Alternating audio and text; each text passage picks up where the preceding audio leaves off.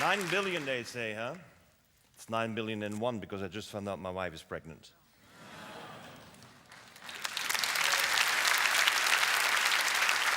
Maybe on the next information you don't clap anymore because it's my 6th child.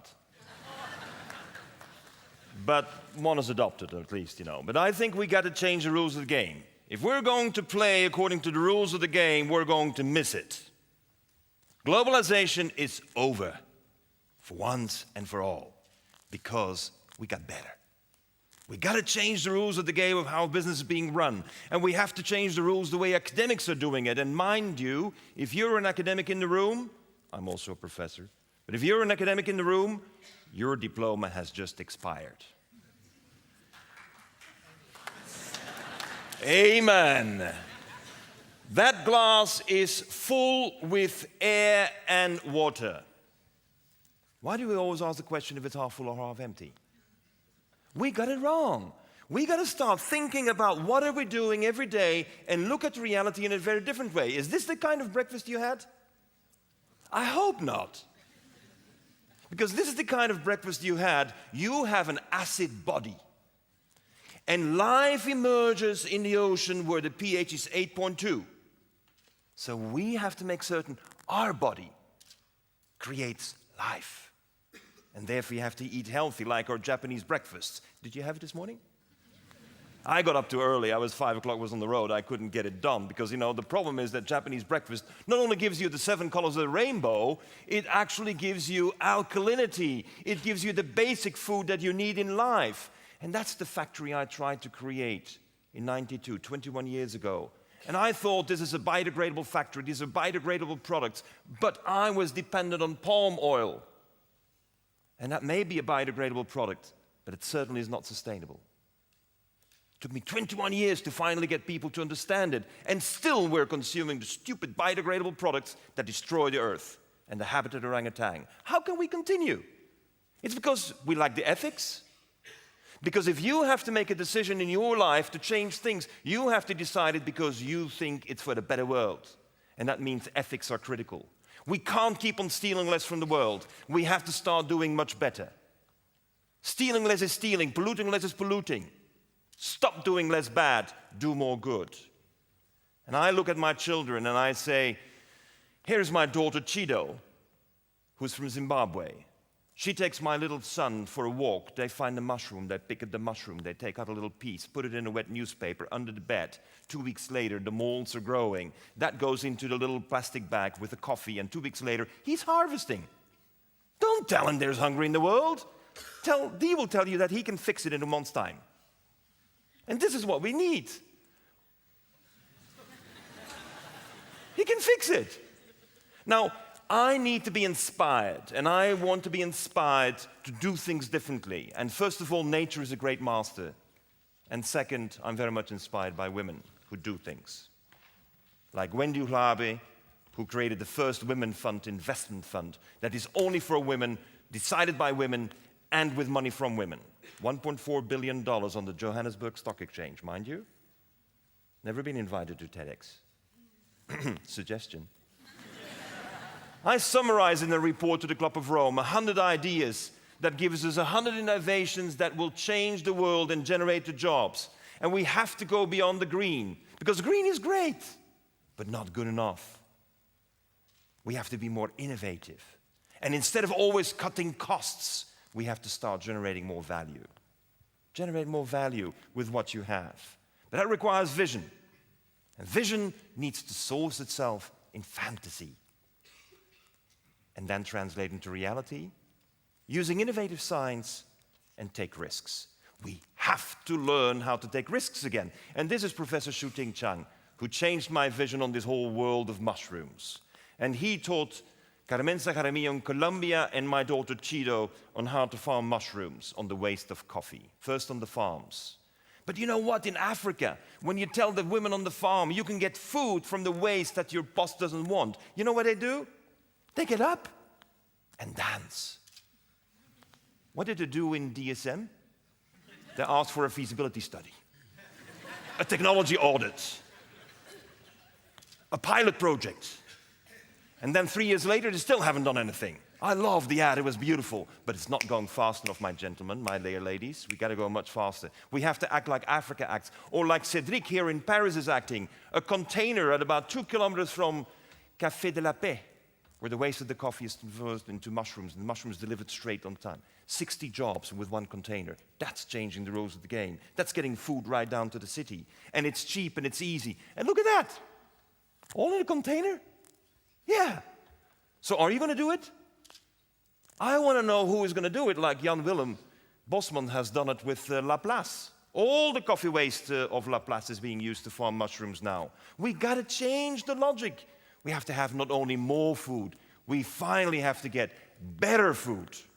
Much better food. And it only has just begun. Because now we're looking at coffee, and we know that if you have coffee grounds, they absorb the smell. You know that in your fridge. Grandma did it already. So now we drink the coffee, then we farm the mushrooms, and then we put it in our clothing. Patagonia is doing it. Adidas is doing it. That means we're mixing inorganic chemistry with organic chemistry. Timberland shoes, guess what's in the sole? Coffee. Nice. You can kick off your shoes, no smell. These are products that work. Why aren't we doing it? Why aren't we mixing? Because we've been trained not to do it. And that's the big problem that we're having. We don't see the things that are possible. Here is my biggest project in the world. I'm the chairman of a company called Novamont. And this company is converting a petrochemical refinery in the first biorefinery. And what are we using? Thistles. Thistles? We thought it's a weed we got to kill. No. We're turning that into the source of our biological feedstock to make plastics, lubricants, herbicides, elastomers. And you know what is the waste? Feed for the animals. This must be God calling. This cannot just be anyone, okay?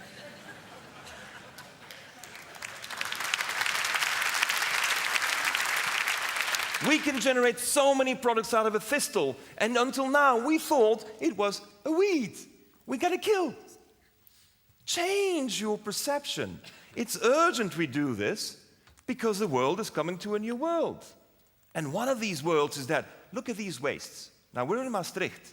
And you have these horrible piles of coal stones still sitting there. No, this is what we're doing in South Africa. We're turning waste, crushed stones into paper. Yeah. The only thing we need to mix with it is PET bottles, but we happen to have a lot of those as well. So we're making paper from stone. We pulverize it, mix it with PET, and we use 0 water and 0 trees. 100% recyclable forever. It works. It's done. It's on the market. Europe is not producing it because Europe is still doing what? The feasibility study. What do you think is this? This is a shoe. Made out of what? 60% stone. 40% PET. And what's the black sole made out of? Coffee. Thank you. Yes, you're getting it. What are we doing about overfishing? Have you ever realized that 70% of what we fish we don't eat? 70%? But it's worse, much worse. Because 25% of the females have eggs and we kill them. Have you ever thought about a farmer taking a cow with a calf inside to be born a week later and we kill it? Boo! That's what we would cry in the Holland. Impossible, but we do it with the fishes all the time. So I went to study the whales, and the whales, they catch their fishes with air bubbles. So we're doing it with air bubbles now. We're catching fish with air bubbles in new kind of catamarans, and we get the fishes, we put them in cold water, not freezing water, and then they go through a little machine, and we check if the female has eggs, yes or no, back into the sea. In 2 years, we're back at the level of 1950, saving the females with eggs. Makes sense. Europe doesn't do it because they're just busy discussing about quota. No new technologies now. And the omega-3 that DSM is offering you, I tell you, it is not processed with this type of a system. And they better improve. Have you ever been to Bonaire? There's a wonderful little place that is now een gemeente van Nederland. Yeah? Have you ever realized this beauty that they advertise, that there is a rather pity state of the corals? We have waged war on corals. That's how it looks like, in the sea and on the land. And what are we going to do about it? Turn it around. How do we do it? By reforesting the sea. This is my prime time, the first time I announce it. We are starting to reforest the sea with corals. It's time to do it. Change the rules of the game. We've been planting trees on land all the time. Why not in the sea? The sea is 65% of the world. So let's get the Christmas trees into the sea. Yeah. And here you see a little coral. We crack off the little fingers. It grows again. And look at this. The little piece we got, 2.5 centimeters every month. We are regenerating the forest. We want people to go to Bonaire. We want people to see the beauty of the forest that can be regenerated in the sea. Holland, your country of the sea, the seas. You challenge the Spaniards. You challenge the Brits. Challenge everyone in the world by regenerating the forest. We will plant 100 million, and we've done the first 3,000. Now, who's next? Who's going? If we only teach our children what we know, they can never do better than we have ever done. That's why I write fables. Because I'm failing to convince the people of my age and a little bit younger. So everything I do, I translate into a children's story. A simple one. I have 125 ready. And I want to reach 500 million children every day, just like Nestlé does it.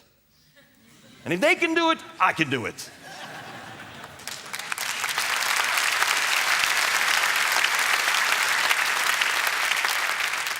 Guess what? I have an agreement with the Chinese. All my fables are free distributed in China. I got 340 million kids guaranteed. Use what we have. Reindustrialize our mindset. Innovate and compete. Create a better world. With the words of Nelson Mandela, it always seems impossible until it's done. Thank you.